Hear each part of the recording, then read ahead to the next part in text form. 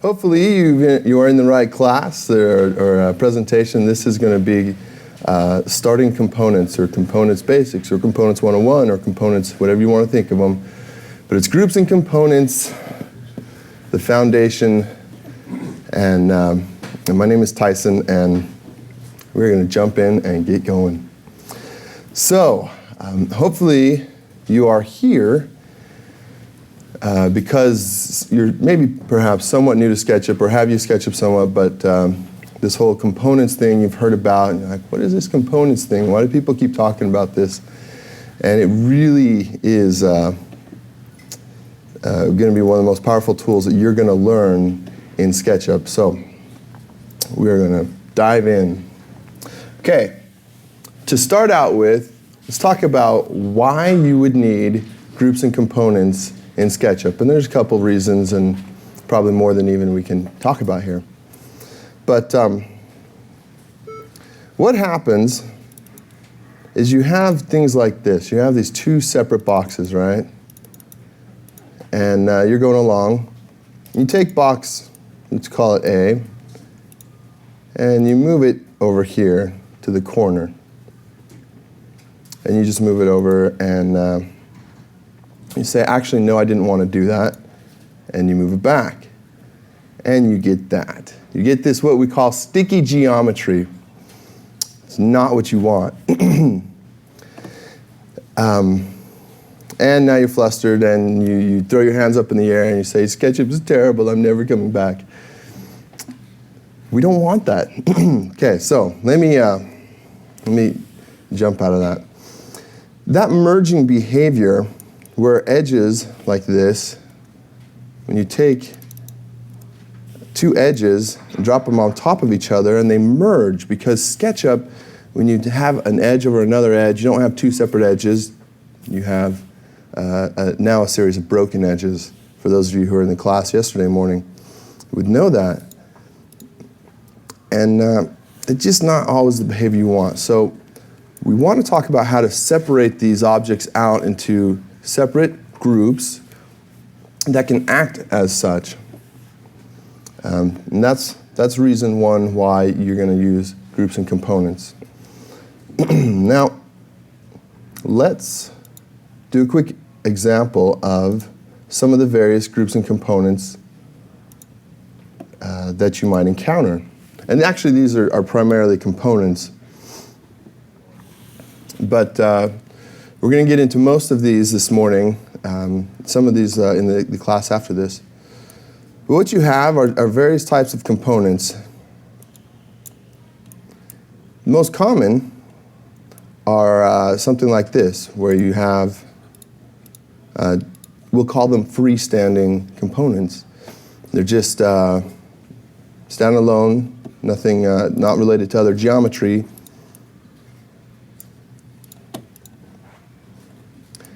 Then you have this type that often referred to as window components. And window components are kind of nifty in that you can just cut them away, or let's take this component. I'm going to copy it and paste it. And it does a couple of things for us. One is you can see it's aligning to any surface. And as soon as we place it, we can see inside. It cuts a hole through that surface. Just kind of some cool ability. So that's generally referred to as a window component, but obviously it can be doors, it can be other things, and you can just call it cutting or sticky components, and we'll get to that later. Another type of component that you'll encounter is these face me components, and these are usually in the form of people and trees and entourage. And it's this type of thing where there's really no depth at all to these components. However, as we orbit around, you see they are always facing us. That's the face me. So these are some of the various type of components that you'll encounter. And we're going to talk about how to create these, how to use them, how to improve your SketchUp workflow with this. Again, we're just talking really at the entry stage here, why you would use groups and components, not yet about how to create them. So one more example of why you would use components particularly.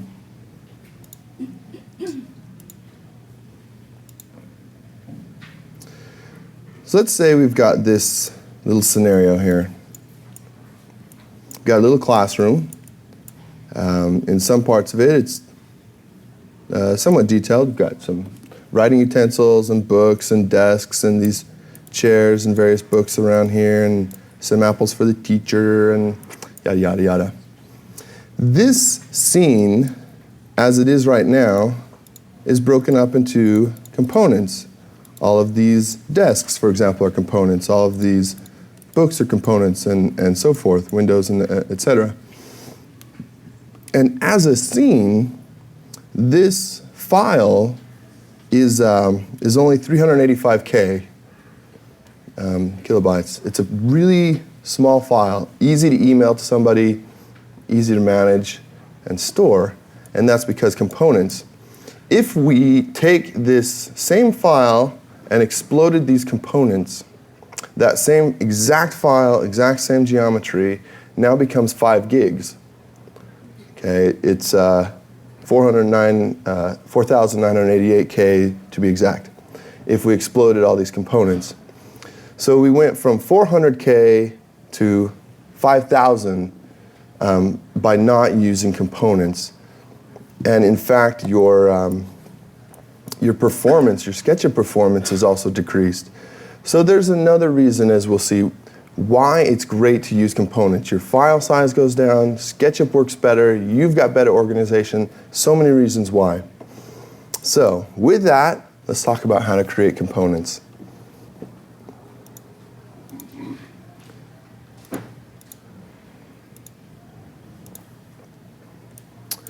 And we're going to use a chess set. We're going to build a chess set here. All right, so we've got our various pieces. All of these are just geometry, not components yet. To create a component, or actually let's talk about just creating groups first and groups. And components seem very similar, but in fact there's some key differences.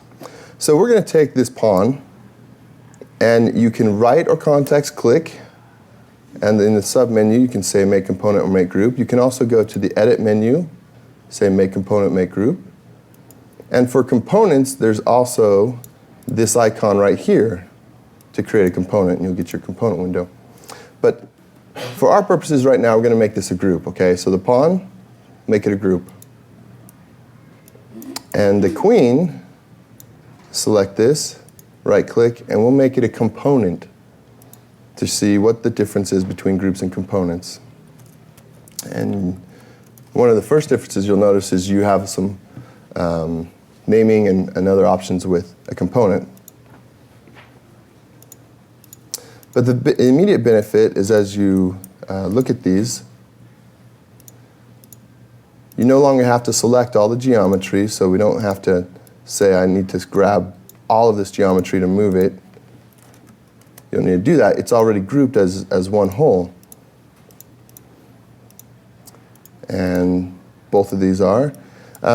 When you're rotating, sometimes you use the rotate tool, but actually when you've created a group or component, you see these little tick marks that appear, these little red tick marks. And that is a quick way that you can rotate a component on its own axis.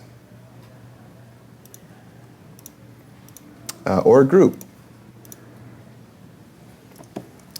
which comes in handy sometimes.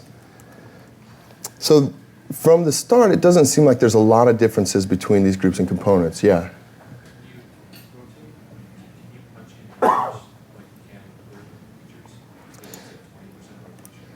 You can do it based on, I could rotate this and say I want to rotate it 30 degrees, or I could rotate it. I just didn't know if you carried through that same theme.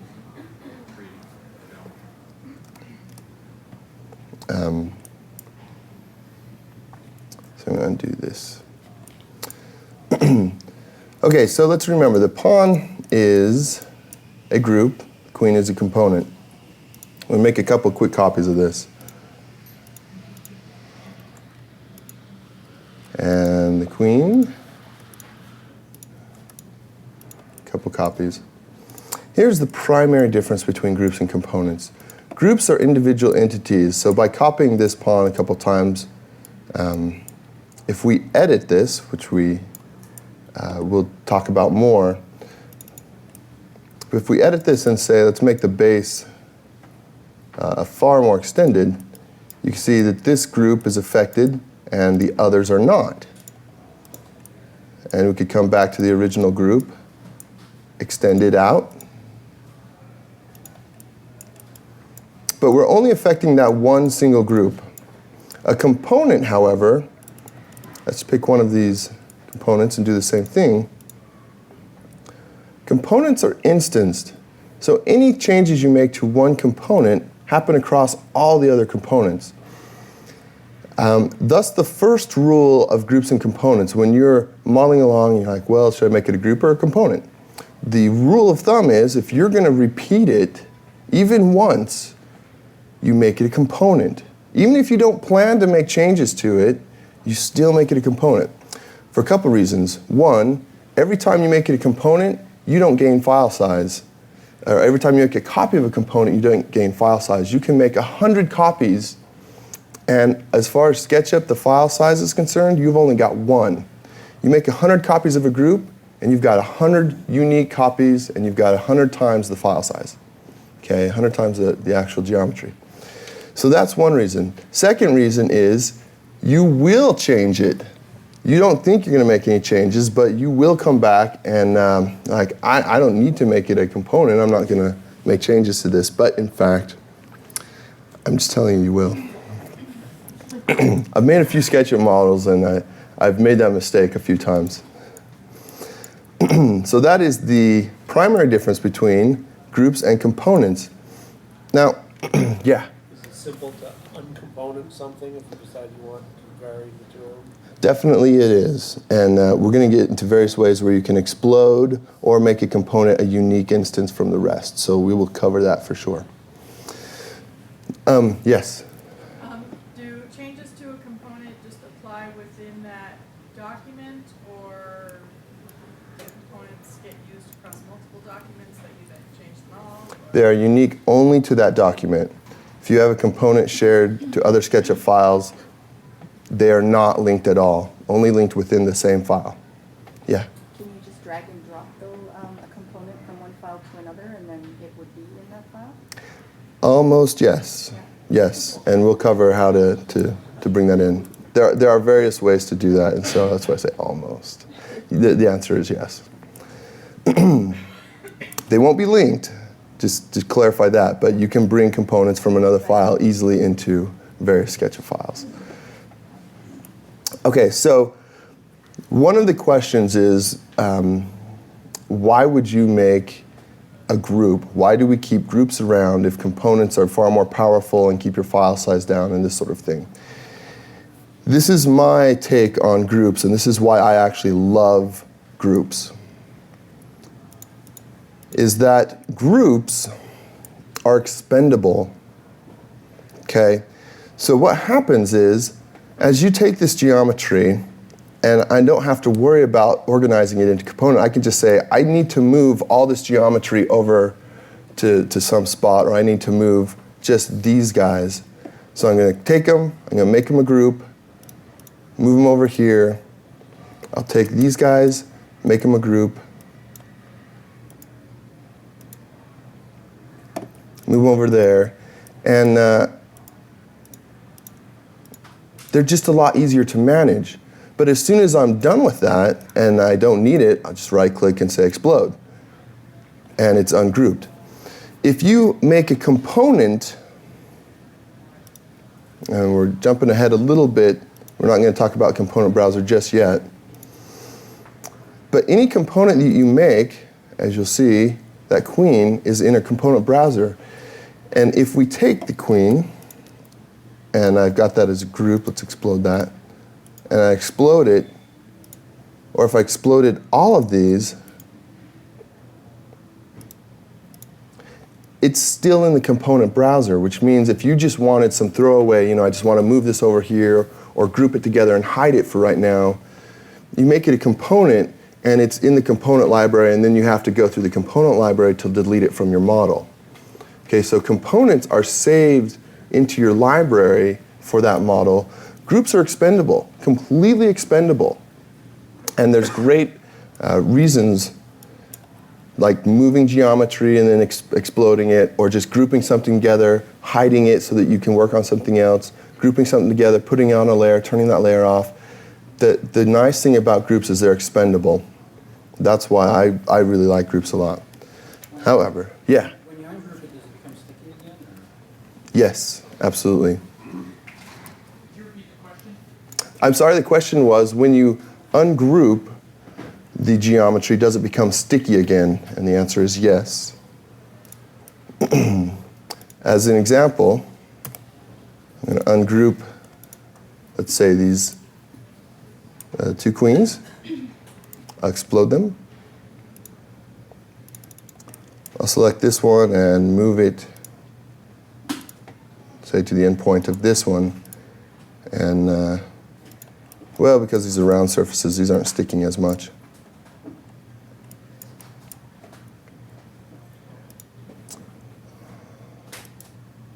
Now merge them. All right, so I'm not going to keep making a fool of myself.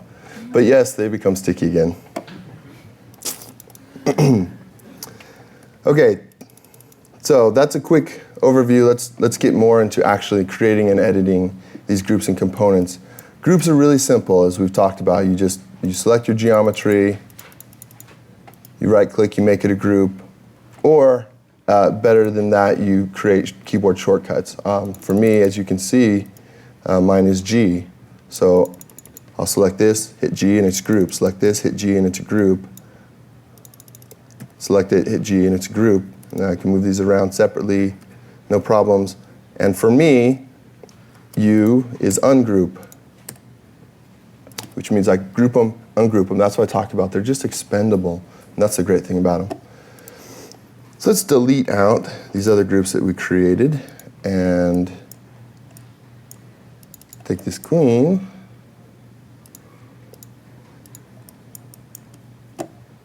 And actually, let's ungroup, explode there. So to make a component, I'm going to close our component dialog box. Oops, it's still a group, so I'm going to ungroup that.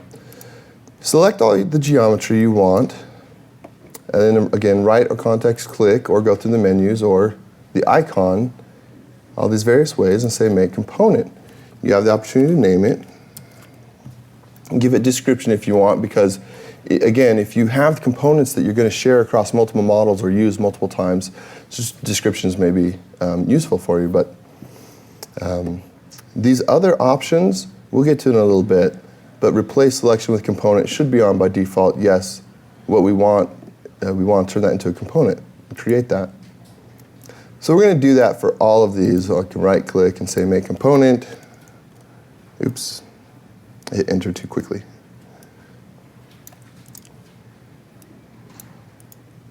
Make Component. I should get an error message that says, you already have a component with that name. Do you want to replace it? Sure. Not that at this case it matters, but if you created an earlier component and you rename name a newer component the same thing, it's going to ask you which one you want to keep. So you can't have multiple components with the exact same name. All right, so let's keep on going, make this a component.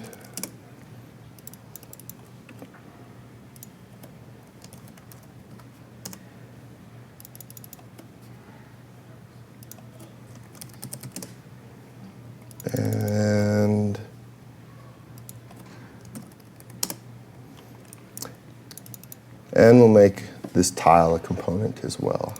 We'll just call it tile. Now, as you saw, the real advantage of components is that you can edit one, and those changes are propagated throughout all your other components. So the key to using components well is obviously that you can make copies of them. So we're going to spend a moment and talk about how to properly make copies in arrays, just to make sure you understand this concept. I'm going to take this tile, and with the Move tool, I could move it around. But by pressing the Control key, or it would be the Option key on a Mac, I can make a copy. And I can do that by pressing the Control key as many times as I like. A much better way to do this example is to create an array. In this case, I'm going to grab this tile from the corner and press Control and move it to this corner. So I've made one copy. And I will say, I want 7 more copies. So 7x, I type on the keyboard and hit Enter. Yes? Did you release the control button? Did you only touch it once, or did you hold it down? I released it. So as I'm moving around, I press Control once. Previous versions of SketchUp, you had to hold it down. Yeah. It's much easier. It shows a little plus sign. It does, absolutely. And you can toggle it on and off, which is very helpful. I can press it again, press it off. But the key to making an array is that you have to make one copy first. Yes, question in the... So the 7 times, that will give you 7 more for a total of 8? Correct. I wanted 8 total squares, so I said I want 7 additional copies. So keep that in mind, that when you're making arrays, I make one copy, and I want 7 total copies of the original, which gives me 8 total. Yes, question? Since later on you're going to color these, will it matter if right now you kept 2 separate ones together, and then later you were able to apply the color instantaneously, or is there a simple way later on to do the color without having that? Right. So the question was, and she's correct, we're going to color these later, right? How do we, is it smart at this point to make a different component so that we can color it differently? Sometimes, yes, it would be. For the purposes of what we're going to do, I'm not going to, so that I can show you a different feature called Make Unique. We're going to select the ones that we want to color differently. We're going to make those unique from the originals. So, oftentimes, yes, if you know that you're going to want different components just for the sake of coloring stuff, absolutely, make 2 different components, but I'm going to show you a different way to do the same thing. So once again, start moving it, press the Control key, Option key on a Mac. I've made one copy, type in 7x, and I have 8 total copies. I'm going to do the same thing now. Select all of these. With the Move tool, I start moving it around, press the Control key, move it to this corner, and say 7x. So now we have the full chess set, or board, chessboard. Very quick and easy. It'll always array in extension of the relationship you established by how you put the second one. Absolutely, and that's why you have to make the copy first, because what's happening is SketchUp, by making one copy, you're giving it a direction and a distance. So if I pull it out here and said, let's just say 5 inches in the green direction, and then said, 6x, at every 5 inches, I've got 6 more copies. And of course, if I did that in a different direction, that distance and direction, when I say 5x, is taken into account. So that's why you need to make one copy first, and then you tell it how many more you would like. In all 3 axes, too? In all axis, absolutely. So if I move this up in the blue axis 3 times, every direction. Just to play with you a little more, there's also one other way to do this. That's very handy. In our case, it's not what we needed, but it is very handy in certain circumstances. So let me just cover it. When I make one copy, again, at a distance and a direction, and as we've said, I've been typing number 4x, which means 4 additional copies. Instead of x, type in 4 /. It's the same as your question mark key. And instead of arraying out that way, when I hit enter, you have an internal array. So you have 4 copies still, but the remaining 3 are divided in between. This actually is really helpful when you're sort of, what looks good if you were doing, say, a bunch of columns or something and said, well, I'll make one from here, my other column's over here, and how do, 3 or how do 8 look? So you can keep entering the numbers, and so it becomes very handy for exploring options. Just a note, when you're making arrays like this, you can continue to say, I want 4 divided, or I want 3x, and now we've got this, out. But as soon as you engage another tool or another function, then you're out of the array mode and you can't change it anymore. So if you needed to redo it or make changes, you would have to redo it. So always just make sure and get your array right the first time. Question? Making the copy, is it important to grab the original at a certain spot? And how do you determine if it is important where to grab it? So the question is it important to grab the original from a certain spot, and how would you determine if that's important or not? And definitely, most cases it is.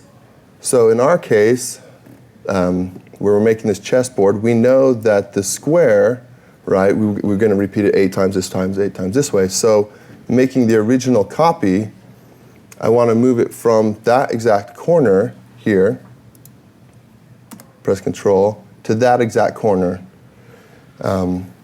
If that precision was not necessary, for example, if you were just shooting a bunch of trees down a street or something and you didn't have to be so precise, then it doesn't matter as much. But in general, it's usually a good idea to know where you're moving from and to.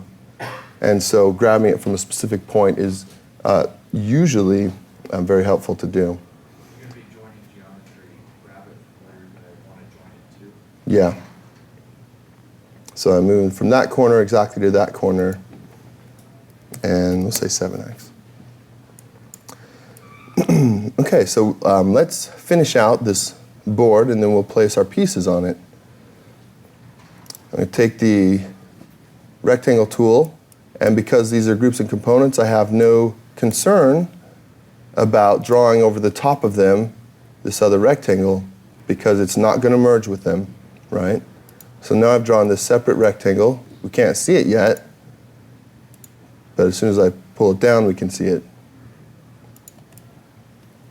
And maybe I'll pull it out this way and double click and create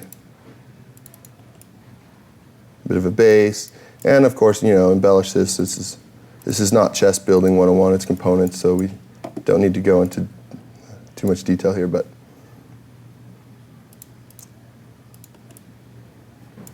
okay, so we have our chessboard. Now, the pieces, let's make those a little more interesting. So I'm going to select one of these board pieces, double click on it, and because it's a component, and we've copied these components, anything we do to it, right, happens throughout. So let's say we want to take this top surface and use the scale tool and scale it in, create something a little more interesting. When you're using the scale tool like this, if you don't know, you can hold the Control or Option key and scale from the middle. So for us, this makes it a little more interesting.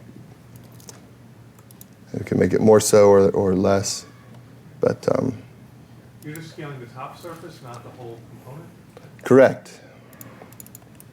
What if you wanted to do the whole component? How would you determine that? You would select more than the top surface. So I copied this component over so you can see it a little easier, but I selected only the top surface, and then with the scale tool, I can do just the top surface. If you wanted to select or scale more than that, then you would select more and scale more. You see what's happening. The scale tool is interesting. We're going to get to an example where you can actually scale these components differently without affecting the others, but let's get to that in a little bit or jump ahead of ourselves. This, however, is a good tip. This I do frequently. When you have a lot of components out here, sometimes they get in your way and overlapping each other, that sort of thing. A lot of times I'll take a component, make a quick copy it over here to the side, and then do my edits over here on the side. So I'll take it, scale it, be done, and then erase those. And you're done with that. Okay, always remember that there's a lot of expendable stuff in SketchUp, and it works great that way, because you just shoot something over to the side, work on it. If it's a component and you made a copy, well, your other component changed too, so you're good.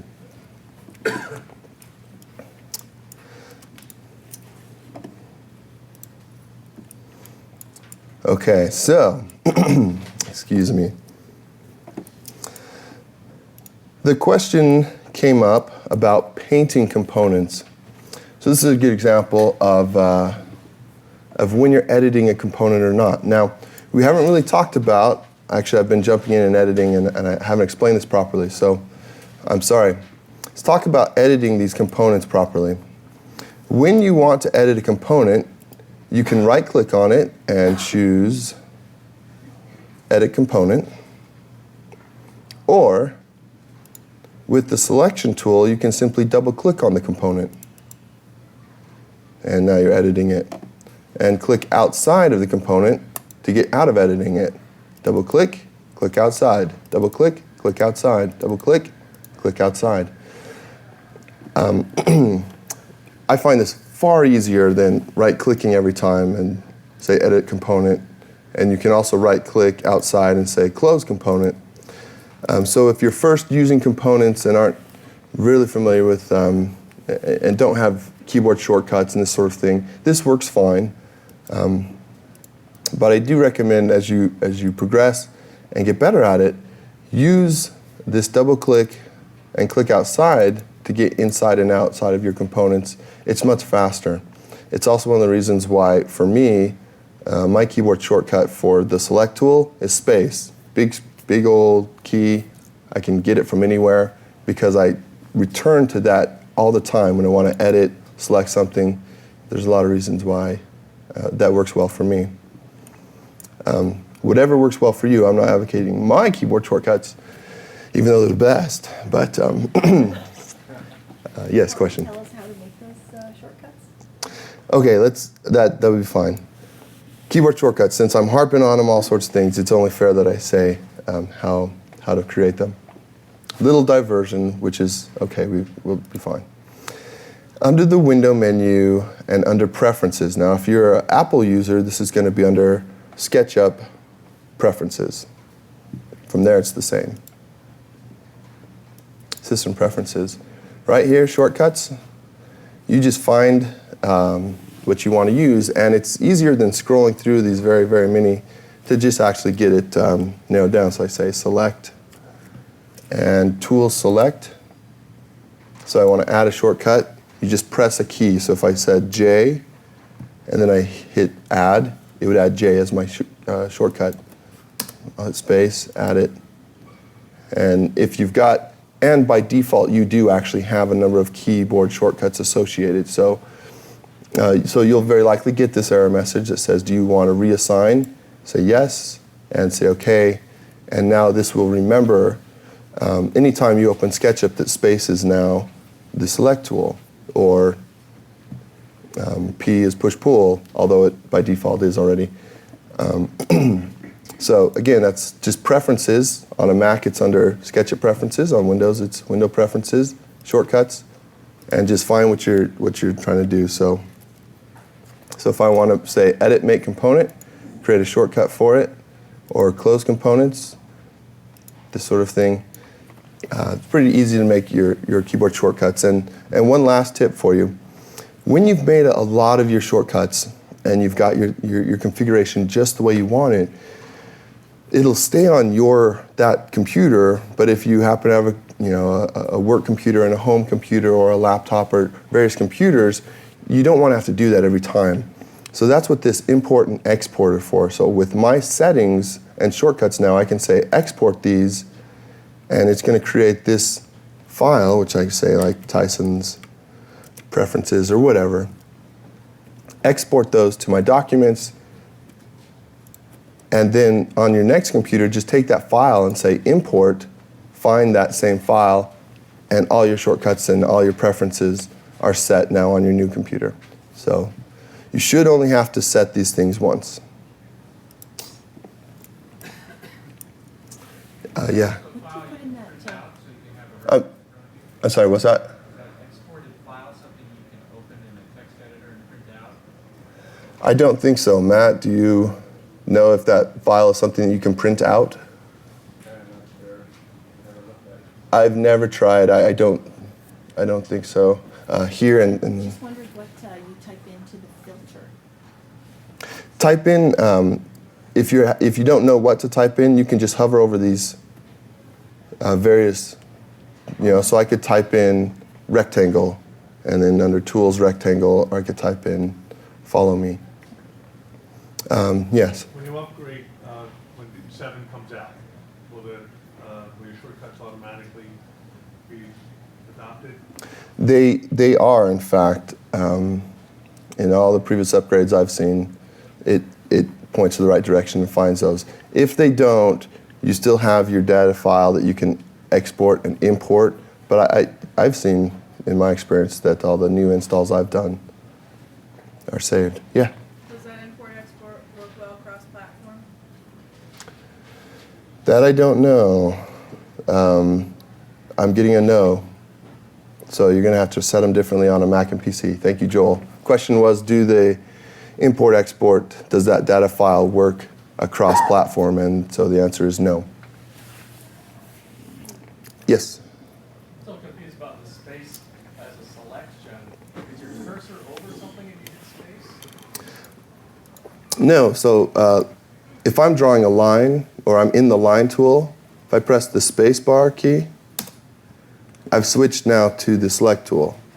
It's just keyboard shortcuts, so I can jump to various tools through the keyboard. And that's what I'm saying is, you may not use keyboard shortcuts a lot, but as you use components, one that I do recommend is you have a keyboard shortcut for the select tool, because that way you can jump in and out of components very easily. So these components, we were talking about painting them. Let's talk about what happens when you're editing a component inside the component, such as I double click, now I'm editing the component. And you can see that, right? It's very obvious that you've got this bounding box. And this is to help you know when you're editing a component or not. If I take push-pull, and I've got this object below that it's affecting, so I'm going to select that object by triple-clicking on it, right-click, make it a group. Now, if I take push-pull, I can't push-pull. See how it says no? You can't do that. I have to edit one of these components first.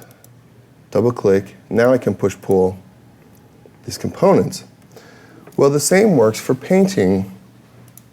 And what's good to know is that you can actually do some things to a component outside the component and some things inside. But a good mind frame to be in is that if you, for example, if I take a color, let's just find some color here, and you'd say, well, that's a component. Why didn't all the other components get painted? What happens is that you can do certain things to the component shell, to sort of the outside shell of the component that it is. I was not editing the component.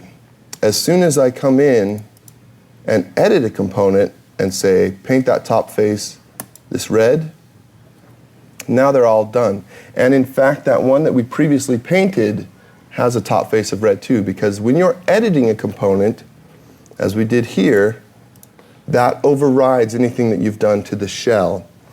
But it is useful to know that you could paint the shell, so all of these components like this, I could paint various components, and aside from what I've done to edit it, those are all now painted differently.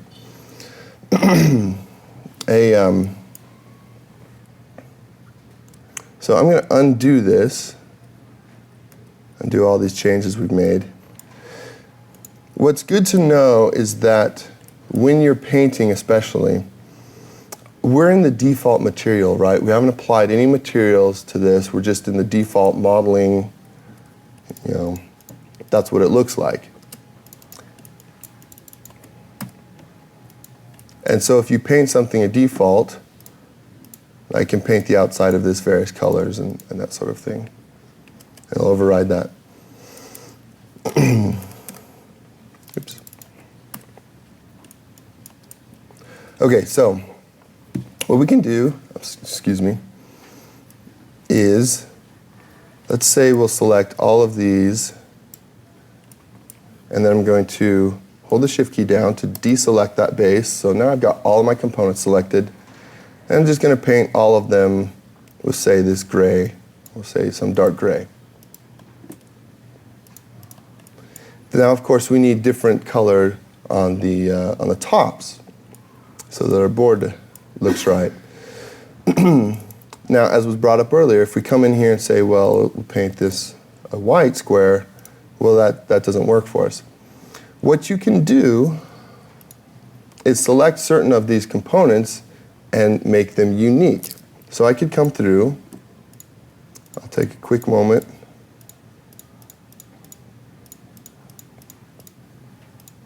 and select these various components. Every other one. I'll purposefully leave one out just to show that we can fix it. But now with these every other component selected, I'm going to right-click on one of those, and in the options, there's this option for Make Unique. Make Unique is going to take all of these other components we've selected and make them, and actually let me show the component browser. So we have this tile. As soon as I right-click and say Make Unique, I have this tile number 1. And now all of these, if I were to double-click Edit it, you can see those are all unique. They're still all instanced to each other. But this works great. This means that you can take any one of these, you know, or two or so, and say, I want to copy those off here, and I want to make those unique so that they're different, and I can edit these differently. Great function. So now let's come in and paint this different. So we'll paint this, say, blue. And that starts to look a lot better. We did, you know, we left that one out because, oh, oops, we forgot one. That's not a problem. Components are easy to place. Component library is found in the Windows menu, Components. So, and now that we have these different tiles, any component that you have, you simply click on it, and you can place it in your library. Or, I'm sorry, in your model, from the library into the model. So I can place these various pieces around, including this guy. I'll say just, oops, we did that one wrong. I'm going to place this component right at that corner. And if we were to edit one of these, that is part of now all those other components. What's that? How does it know the Z level? What happens, and let me get a view about like this, is the Z level is dependent on what you're hovering over. So if I place this tile, you see what happens as I hover over this guy or this, is its level or its placement in any direction is based on what you're hovering over. So based on what I touch over here, it places it there. How does the component determine the axis that it grabs from when you drag it off? So it seems to go bottom left-hand corner right now. Right. So the question was, how does the component determine the axis or how you grab it? It seems to be, as correctly noted, that it's right now from that bottom corner. When you create a component, you create it with an axis, but you can in fact change how you place it by, if I grab this component by somewhere here in the middle and move it over, the next time I grab a component, well, I thought that would work.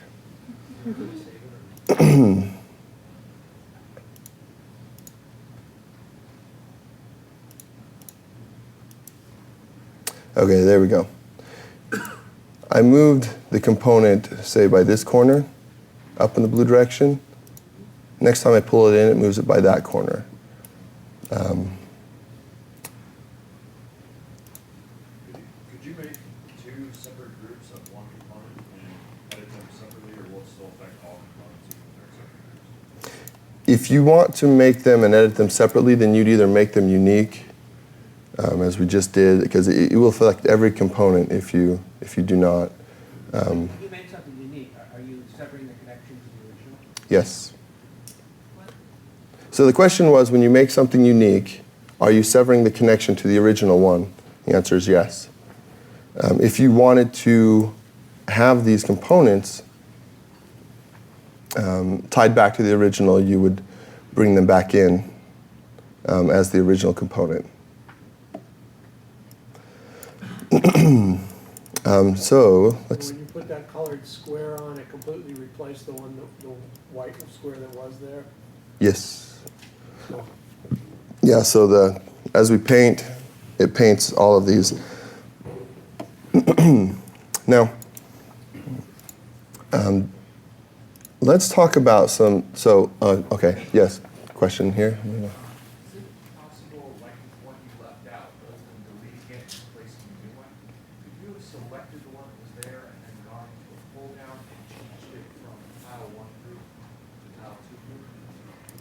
So the question was, with this tile, and what's interesting to note is see how all the other tiles are painted, but it was the shell. When we brought in the new one, it didn't have that, so we can still see it.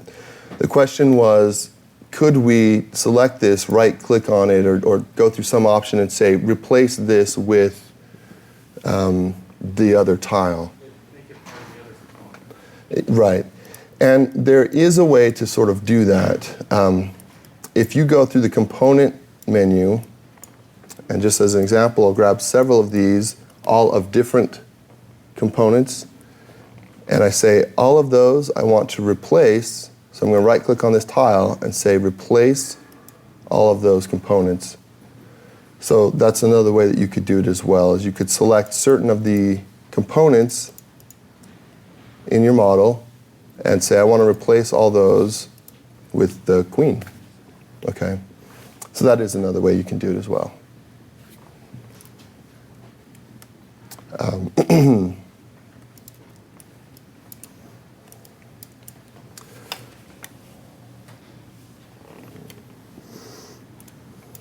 Let's talk, question, and there was a question back there too, I'm sorry. Okay. Just Yes. wondering, are you going to talk about the gluing surfaces? I was always confused about that. Yes, we're going to talk about how to create window components. In fact, we're almost done with this example. So the question was, we're going to talk about gluing surfaces, and yes, we are. One last thing I'd like to talk about in this example, so if I move this, if we were to start to place and place some of these up here and move them around, there's another thing that you can do. So I'm going to make a copy of this, and again, I'm going to make it from this corner to that corner so that I know that it stays even distance. I'll say 7 times.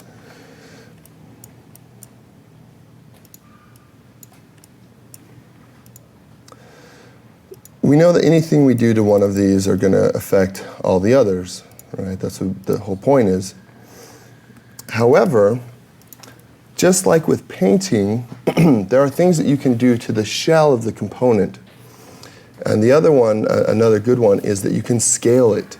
So, without editing, so for example, I can't edit, like 2 of these at a time, but so I could select, just say, several of these. Come over here to the scale tool and stretch those up. Have I made those different components than these others? And the answer is no. If we were to edit one of these, select something and move it up, you see they're all still the same component. But scaling is one of those things that you can do sort of to the shell, if you will. And the use of that certainly is not that useful here, but what happens is, and we're about done with this example, so let me open up, I'll say that just in case, this example. In this classroom that we already looked at, we only have one book component. There's only one book component in this whole model. But what you see is that we've painted them, again, using this, whether we paint the shell or the inside, we painted the shell of some of these, we scaled them differently, and now it looks like we have all these sorts of different books and this sort of volumes of library. This also is very useful with trees. You get a row of trees, and you want the components because you want to keep your file size down, or you want to be able to paint them differently or something. But you grab a few of the trees, you scale them, you make them a little wider, make them a little taller, and all of a sudden it doesn't look like a purely computer-generated image where everything, looks exactly the same as the others. So there's a number of really useful cases where that comes in handy, that you can take and scale these components differently. I could copy this up, scale this smaller or wider. But if I actually went in and edited this, it's still the same component definition. So again, something to keep in mind, that you can make some changes to the shell and some changes you have to make inside. Yes, question back here. And then if you want to revert it to its original configuration or color, is there a way to do that? Good question. The question is, do you want to revert it to its original size and color? You could bring it in from the library. You could select it and say replace. Well, we can't replace selected with the same. I think the best way is just to bring it back into its original. What happens is sometimes when you create something and you create it at the wrong scale, if I take this, for example, let me just pull this book in. This is the original book. If I take this larger blue book that we scaled up, right-click on it, I can say, scale the definition, which means I want the definition in the library to be this larger book. And now when we bring it in, you see what happens. Because you don't always, if you're like the rest of us, you don't always build everything exactly correct the first time. And sometimes you're like, well, I made that a little too big. I'm going to scale it down. But rather than exploding it, remaking it a component, and this sort of thing, you can just scale the definition. As far as color, I don't think so. I think you'd reapply the color or bring it in. Question back here, and then.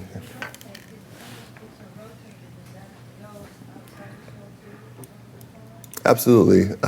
I can rotate this, bring in another one, rotate it differently.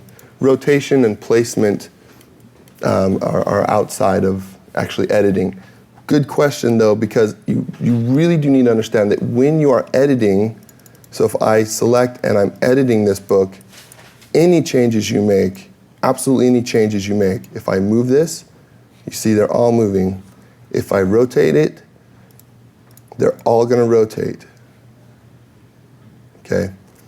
So when you're editing, you absolutely are going to be changing everything else. Yes, question?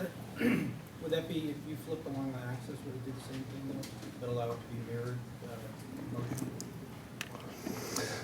the question is, if you flip along or mirror a component, what does that do? That's something that we're going to cover in the next class, because mirroring components is actually a very, very powerful feature that you do definitely want to be able to work. It gets into something called component nesting, which we're not going to touch here, because that's for the next class. I got to have something to talk about then.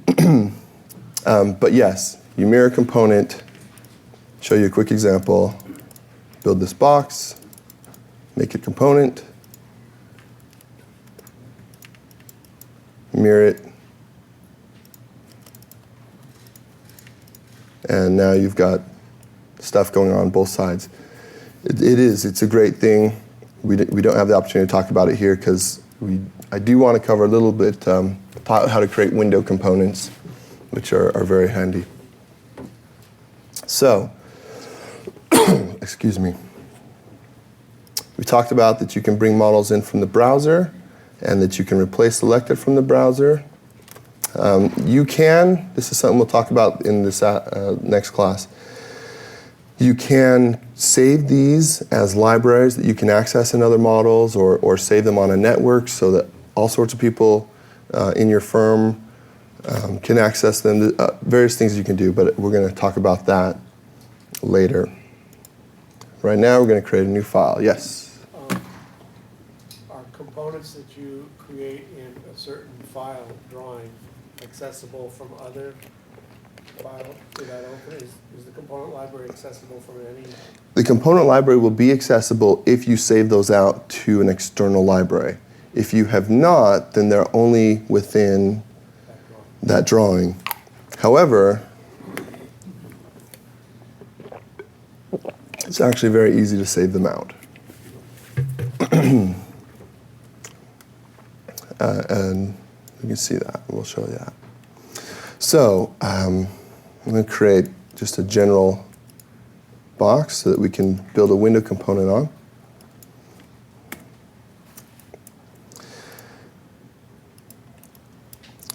I'm going to refer to this, I keep referring to it as a window component. That's not technically correct. It's a gluing component. I always make them windows. So I'll also set this in a little bit, but for the purposes of, hey, it's a component, we don't have to add all the detail up front. That's the beauty of it. Now, I want to show you what happens. I'm going to make a copy of this over here to the side.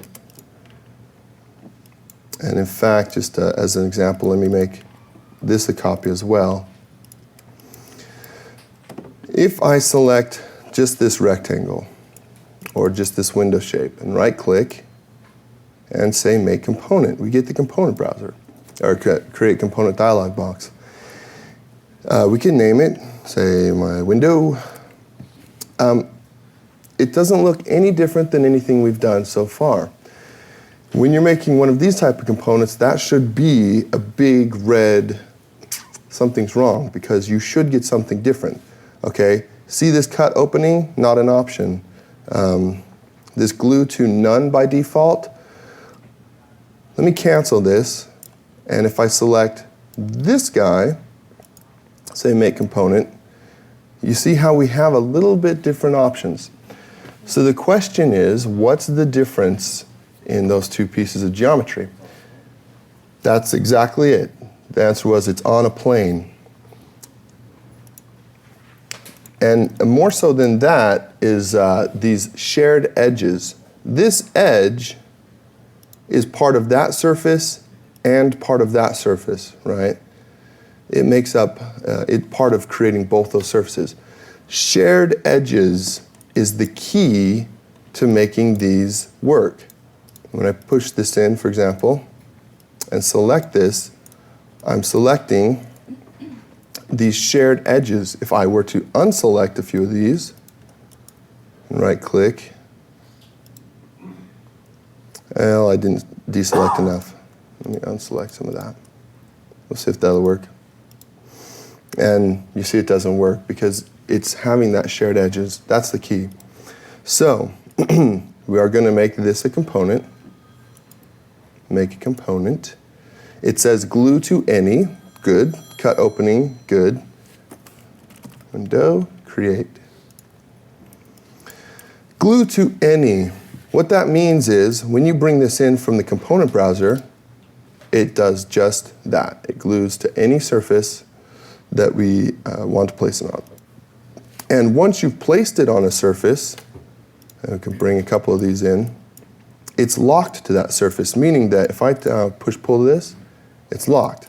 If I were to move this edge, you see that how that window sticks to that surface. So once you've placed it, it's locked to that surface, which is pretty cool. I'm going to get rid of this. Now, a couple things that often happen when you're creating this type of component. As you can well guess, having the exact right selection is very important. So I'm going to create just a couple of random things going on back here. I'm going to explode this and remake it. Again, it's still there in the window because we have that original one. But let's say I'm like, okay, I'm going to make this component. I select it. I say make component, but I don't have the right options. And for those of you who were in the beginning class yesterday, you might be like, you selected too much. We talked about this, that it's easy in SketchUp to select more geometry than you want because I can't see what's back here behind the surface, but if I turn X-ray mode on, all of a sudden I see, oh, I selected all this geometry way back here, not part of that surface, any of that. So here's your rule of thumb. Be careful and just watch your, be careful. Be careful crossing the street, be careful running with scissors. Yeah.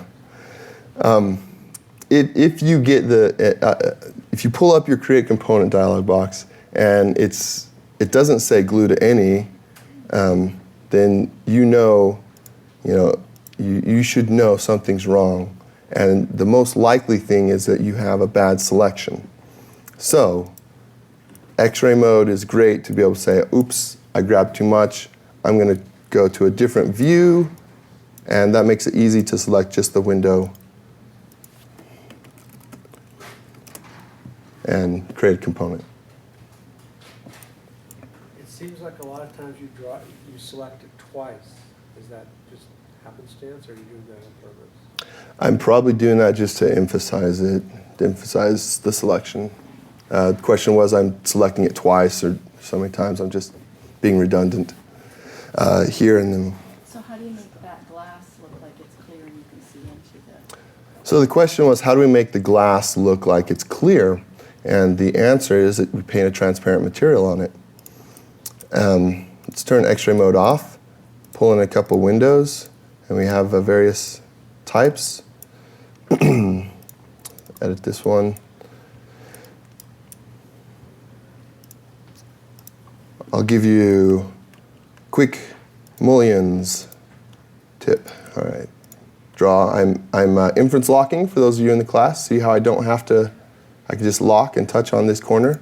Don't have to know, because of inference locking. Woohoo! Inference locking is beautiful. And now I'm going to offset just a little bit. Double click will give me the same offset. Oops. Got too quick.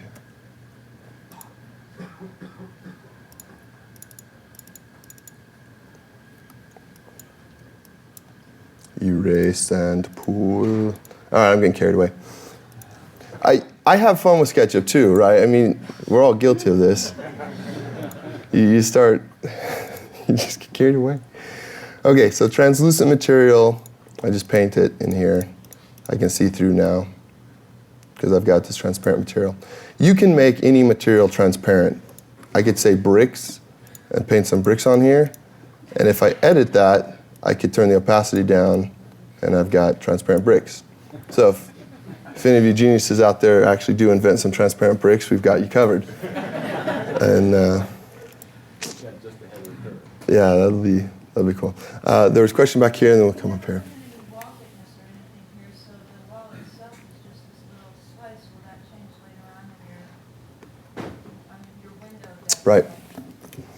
question was, we haven't put any wall thickness in here, and that's a good observation, and that's one of the weaknesses of this type of component. If I make a quick box, offset it for wall thickness, pull it up, and then pull in a window, it will cut through that first surface, but will not cut through the second surface. These components will only cut through one surface. For that reason, in fact, they don't cut through curved surfaces, because a curved surface is actually made of several surfaces. So this is something that, for a long time, long request, it is something that is a weakness of this type of thing. There are certain workarounds, creating two components, one for each side, and this sort of thing, which still work. You know, if I put a transparent window there and I put one here, I didn't line them up properly, but you still can make it work, but unfortunately it's going to be a workaround to make that work.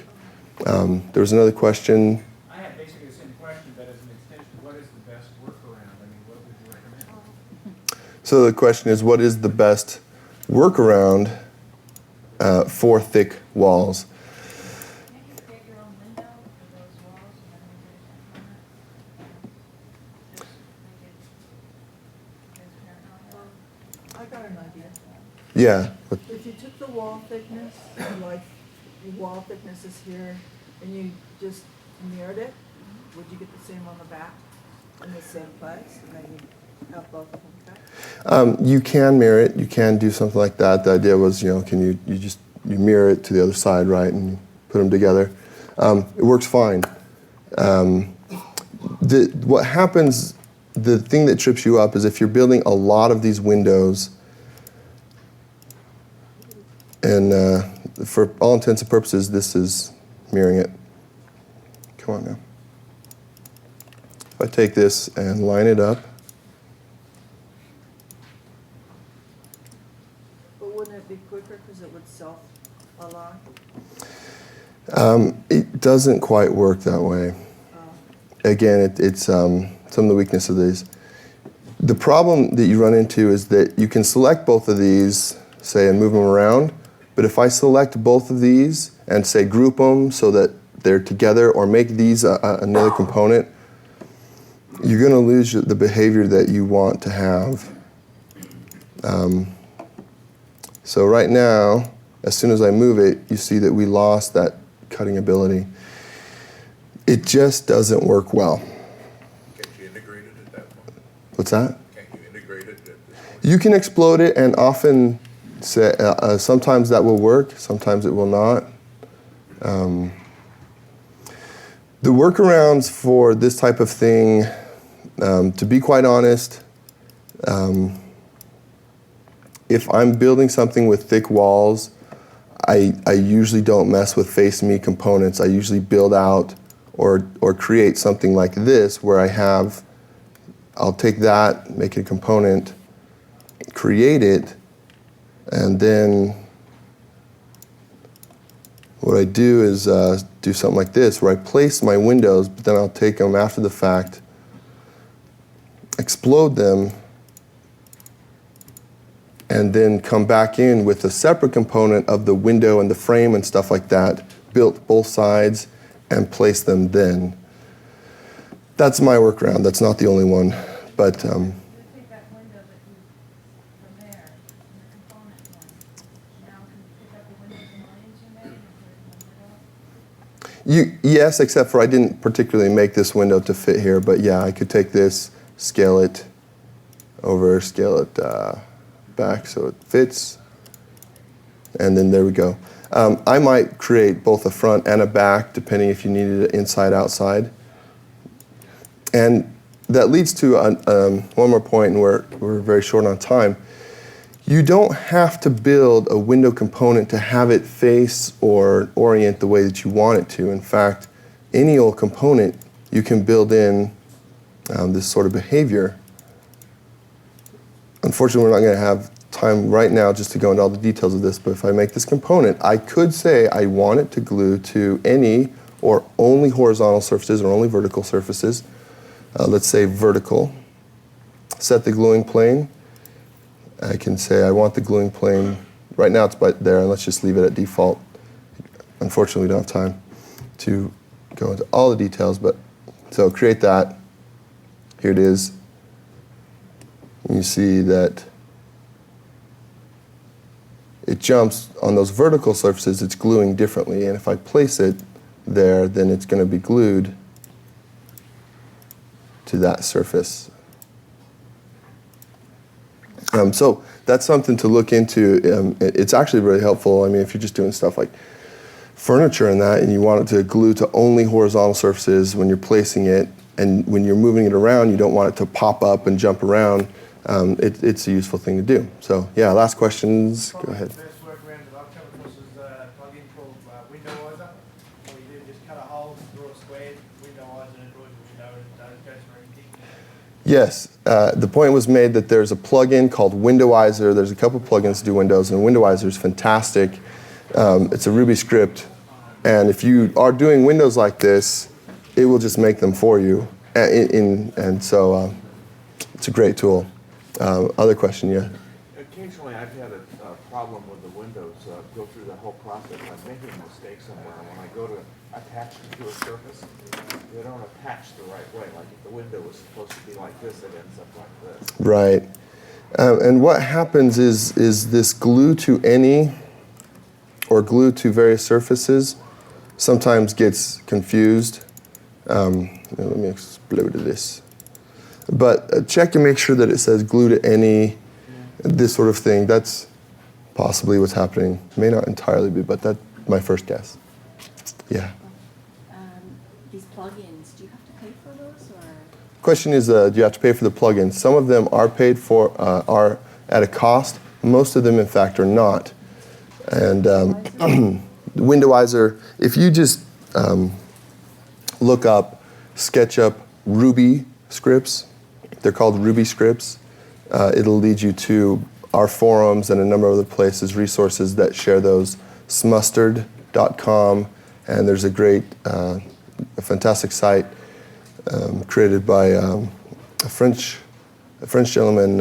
His name is Didier Burr, I believe, and he compiles all these and makes them available.